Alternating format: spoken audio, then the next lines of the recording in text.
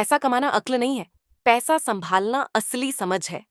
ज्यादातर लोग यहीं हार जाते हैं क्योंकि उन्हें पैसा समझाया ही नहीं गया।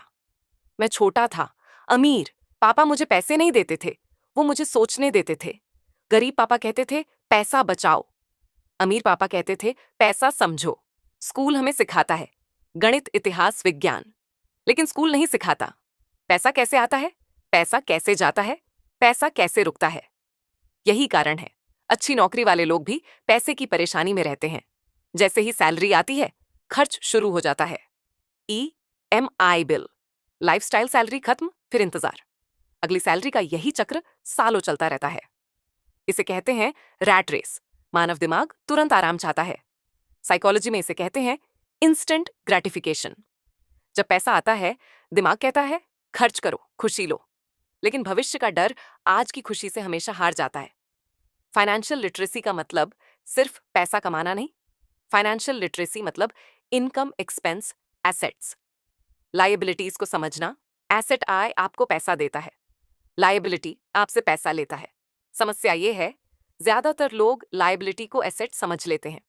लोग कहते हैं मेरा घर मेरी सबसे बड़ी एसेट है, लेकिन अमीर पापा कहते थे अगर घर आपकी जेब से हर महीने पैसा निकाल रहा है तो वो एसेट नहीं है। यही सोच लोगों को उलझाती है। गरीब आदमी सोचता है ज्यादा कमाऊंगा तो सब ठीक हो जाएगा। अमीर आदमी सोचता है बेहतर समझूंगा तो सब बदल जाएगा। यही फर्क अमीर और गरीब। रॉबर्ट ने देखा, उनके पढ़े लिखे पिता पैसे में उलझे रहते थे और उनके अमीर पापा कम बोलते थे लेकिन पैसे को कंट्रोल करते थे। वो कहते थे अगर पैसा समझ नहीं आया तो पैसा तुम्हें चलाएगा। ओवर थिंकिंग तब आती है जब नियम साफ नहीं होते।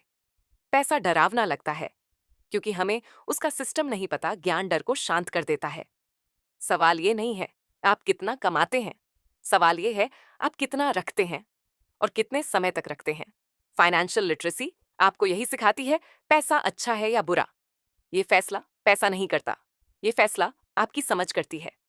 चैप्टर 2 यही सिखाता है अगर पैसा नहीं समझा तो जिंदगी समझौता बन जाएगी। फाइनेंशियल लिटरेसी आजादी की पहली सीढ़ी है। Money is a tool, learn before you earn.